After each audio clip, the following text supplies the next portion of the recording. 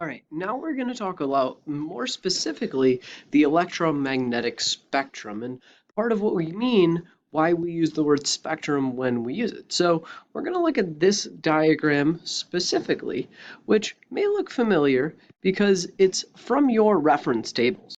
So here it is in your Regents Physics reference tables.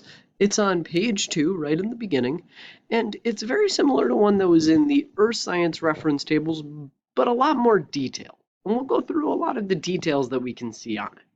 At the most basic level, we can think of this as really one line that's just been expanded vertically so that we can see some things more. So basically, if we were at this point on the line, we would be talking about a microwave that has a wavelength somewhere between 10 to the minus 2 and 10 to the minus 3 meters, and a frequency somewhere between 10 to the 10 and 10 to the 11 meters. 10 to the 10 hertz to 10 to the 11 hertz. At some other points, things get a little bit trickier. For example, if you were here on the spectrum, you could be talking about an X-ray or an ultraviolet ray, depending on how it's best classified. If you're asked to classify a wave, it should be clear, more like this purple one where we can see clearly that we're talking about a microwave along that line. One of the most important things to notice, and I will say that this does actually come back to the equation that we just talked about, where the speed of all the things on this spectrum is equal to the frequency times the wavelength. So we can see from this, write that as a triangle and write that as a frequency equals or wavelength equals equation.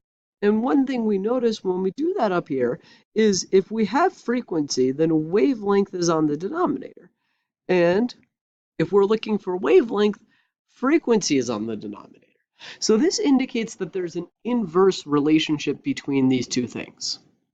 An inverse relationship means that as one of these increases, the other should decrease. So this is important because you'll notice that if you look at the wavelength side, right? So if we just look at the top of this spectrum, we have our longest wavelength over here at 10 to the 4, and our shortest wavelength over here at 10 to the minus 13, which means that our wavelength is increasing as we go to the right. So to the right means increase, but if that means increasing wavelength, that should mean decreasing frequency. And when we look at our frequency column, we see that. We see our lowest frequency here and our highest frequency on that side. So as we go to the right, our frequency is decreasing.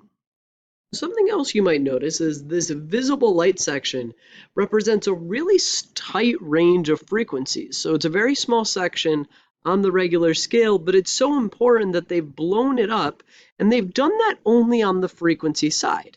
So you know that something smaller than 7.9 times 10 to the 14 hertz and something bigger than 3.8 times 10 to the 14 hertz, all of these things are light.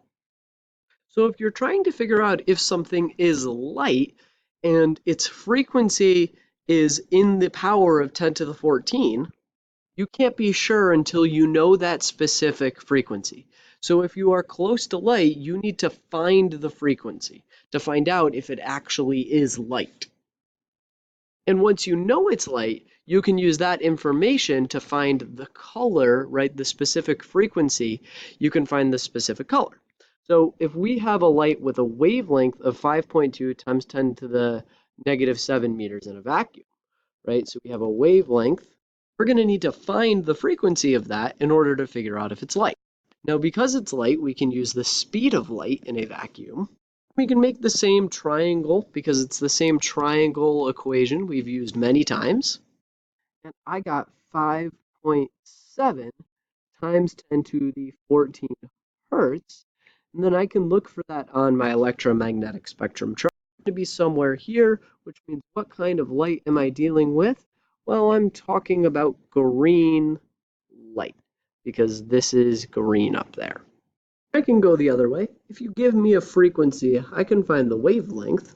So frequency is 4.13 times 10 to the 13 hertz. And I'm looking for the wavelength, and I can use that C again. Using the same triangle from above there, you can see it still there. So wavelength becomes c divided by f, and I can plug numbers into that equation. And I got 7.1 times 10 to the minus 6 meters. I'm asked to classify this, and when I go to classify it, I could try to do it by wavelength. So if I go up to the wavelength side, I'm going to look for 10 to the minus 6 meters, right? And things get a little bit tricky at around 10 to the minus 6 meters. But I can look down on my frequency side, and I can think, well, am I smaller than 3 times 10 to the 14 meters? And my frequency was 4.13 times 10 to the 13. So I'm actually all the way over here on my frequency side, somewhere in between, right? So you can think that the connection is somewhere along there. Um, Anywhere between anything bigger than 10 to the minus, or anything smaller than 10 to the minus 5 is going to end up at 10 to the minus 6. So I'm all along, somewhere in that region, which is all going to be classified as an infrared. So that's infrared.